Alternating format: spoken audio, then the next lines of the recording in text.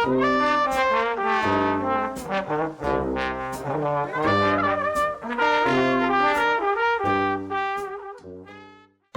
natin masisiguro o makakamit ang hustisya kung ang may mga impluwensya at kapangyarihan ang nasasangkot? Paano kung ang kaso ay kasing laki ng Maguindanao Massacre?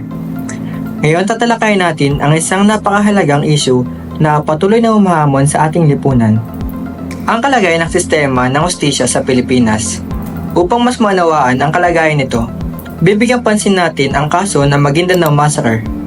Isa sa pinakamadugo at controversial na krimen sa ating kasaysayan. Ang Maguindanao Massacre na isa sa pinakamalaking trahedya sa ating kasaysayan ay sumasalamin sa mga hamon at tagumpay ng ating sistema ng hustisya.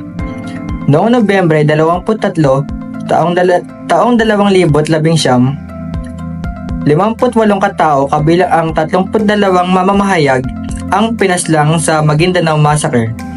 Ang mga biktima ay nasa isang convoy patungo sa paghahain ng Certificate of Candidacy ni Ismael Manguda Dato na tatakbo bilang gobernador ng Maguindanao.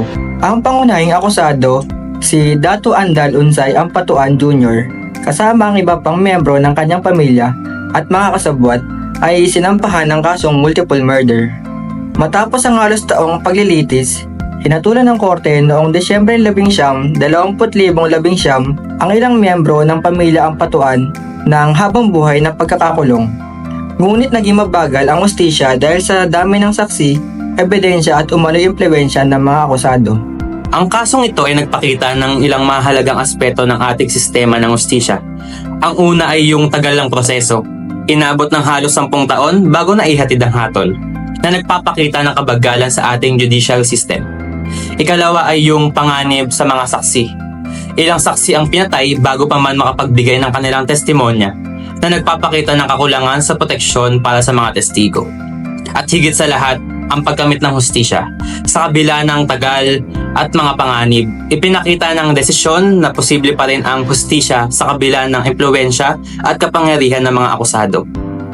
Ang kaso ng Maguindanao Massacre ay isang testamento sa mga hamon at tagumpay ng sistema ng hustisya sa Pilipinas.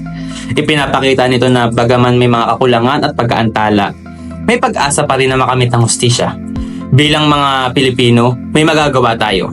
Magsimula tayo sa pagsuporta sa mga reformang panghustisya at pagpapalaganap ng kamalayan at pagprotekta sa mga periodista at saksi. Mahalaga ang ating papel sa pagpapanatili ng isang makatarungan at epektibong sistema ng hustisya. Ngayon, tatanungin kita, ano ang magagawa mo upang makatulong sa pagsusulong ng reforma at katarungan? Ibahagi ang inyong opinyon sa pamamagitan ng pagkomento sa ibaba. Ano ang inyong mga suwestyon para mapabilis at mapabuti ang hustisya sa ating bansa? Huwag kalimutang i-like, i-share ang video na ito at mag-subscribe para sa iba pang makabuluhang talakayan.